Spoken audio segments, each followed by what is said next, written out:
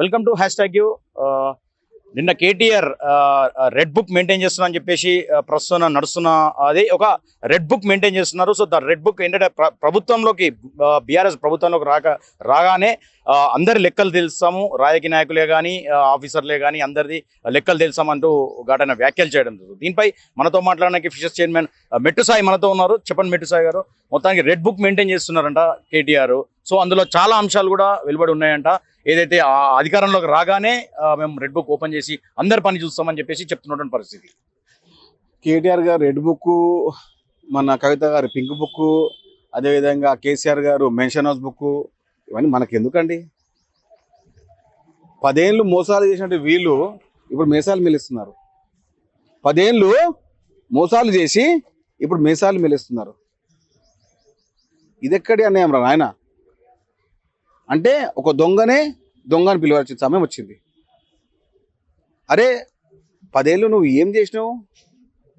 ఎట్లా నువ్వు కొన్ని 100 కోట్లకు 1000 కోట్లకు ఎట్లయినావు అధిపతి? ఎట్లా మీ ప్రభుత్వంలో 2014-23 దాకా ఎంతమంది ఐఏఎస్ ఆఫీసర్లు మీకు కాళ్ళు మొక్కిర్రు? అది చెప్పు. ఎంతమంది ఐఏఎస్ ఆఫీసర్ మీకు కాళ్ళు మొక్క వాళ్ళ పోస్టింగ్ ఇచ్చినావు? ఎంతమంది ఐఏఎస్ ఆఫీసర్తో నిన్ను దుర్మార్గం చేయించినావు? అది చెప్పు ముందు. కాంగ్రెస్ పార్టీ అధికారం కొత్త అనుకుంటున్నారా? 70 సంవత్సరాల భారత రాజ్యాంగంలో, భారతదేశంలో స్వతంత్రంలో 50 సంవత్సరాలు మేమే ఉన్నాం రా నాయన పిచ్చోడా. మొన్న పట్టుమని 10 ఏళ్ళు ఉండి పెద్ద నువ్వే తీసుమార్కాలుగా మాట్లాడి రెడ్ బుక్, పింక్ బుక్, మీ నాయన మాట్లాడి మెన్షన్ హౌస్ బుక్ మాకెందుకు? రెడ్ బుక్ రాసినట్టు కేటీఆర్ వాళ్ళ అందులోనే వాళ్ళ చెల్లెకు న్యాయం చెప్పండి. పింక్ బుక్ విషయంలో కూడా pink book, red book open చేసినా కూడా అందులో మీ మోసాలే, మీ అక్రమాలే, మీ వ్యవస్థలు ఉంటుంది తప్ప అందులో మాకు ఎలాంటి అవసరం ఉండదు. మాది ప్రజాపాలన బుక్, మాది డెవలప్మెంట్ బుక్, మాది rising number 1 book, future city book మాది.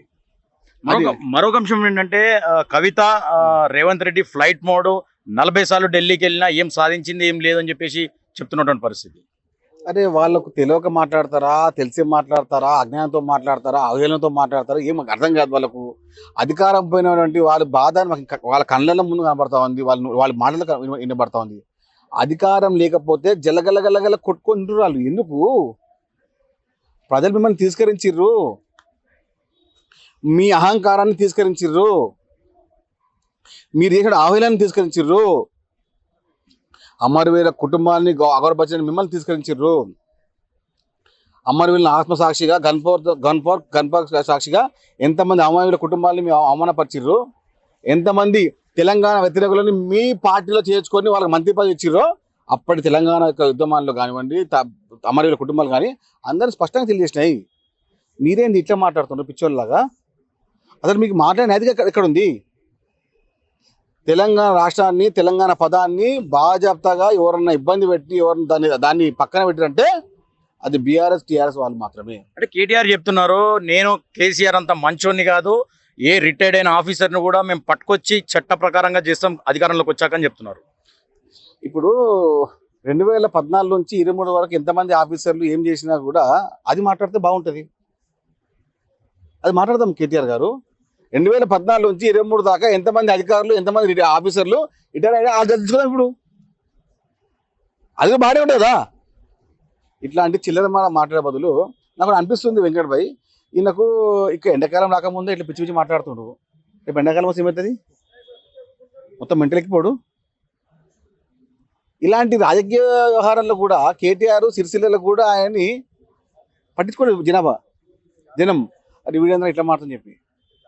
కేటీఆర్ గారు, మీకు ఆరోగ్య సమస్యలు వచ్చే సమస్యలు ఉన్నాయి. ఎండాకాలం మీరు బయటికి వెళ్ళకండి, చాలా ఇబ్బందులు ఏర్పడతా ఉన్నాయి. మీరు మాట్లాడే ప్రతి మాట కూడా ప్రజలు చూస్తూ ఉన్నారు. ఇలాంటి ఎమ్మెల్యేనా మేము ఎన్నుకున్నాం అంటున్నారు. అప్పుడు సిరిసిల్ల యొక్క ప్రజల యొక్క ఆత్మగౌరవాన్ని కాపాడాలంటే మీరు ఈ 4 ఏళ్ళు గచ్చి కూర్చోండి.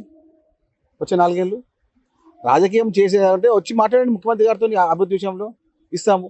ఎప్పుడైనా కానీ ఇలాంటి మాటలు మాట్లాడే ముందు మీరు ఒక వ్యవస్థ చూడండి. రాజకీయం చేయాలనుకుంటే ముఖ్యమంత్రి రేవంత్ రెడ్డి గారు ఎప్పుడో మీలాంటి వాళ్ళని ఎన్నో బుక్కులు రాపిచేస్తున్న పేరు. మిమ్మల్ని ఆయన ఎప్పుడు లైట్ తీసుకున్నాడు. కేటీఆర్ని, హరీష్ రావుని ముఖ్యమంత్రి రేవంత్ రెడ్డి గారు లైట్ తీసుకున్నారు. మాలాంటి నాయకులు చాలు వాళ్ళకు.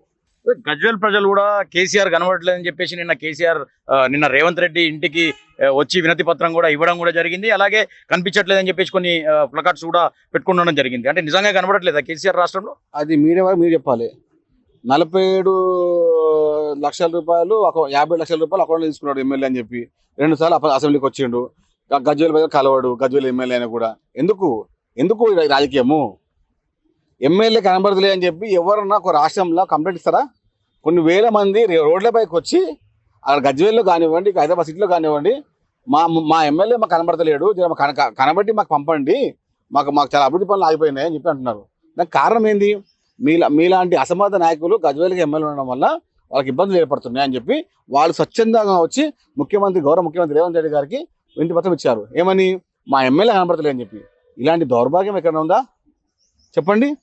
వీళ్ళ మాట్లాడేది ఈ కుటుంబం మాట్లాడేది ఇది మన మూతబరి మాటలు మాట్లాడేసి ఏదో చెప్పేసి మాట్లాడేసి మేము ఉంటేనే ఉన్నది తెలంగాణ అనుకుంటే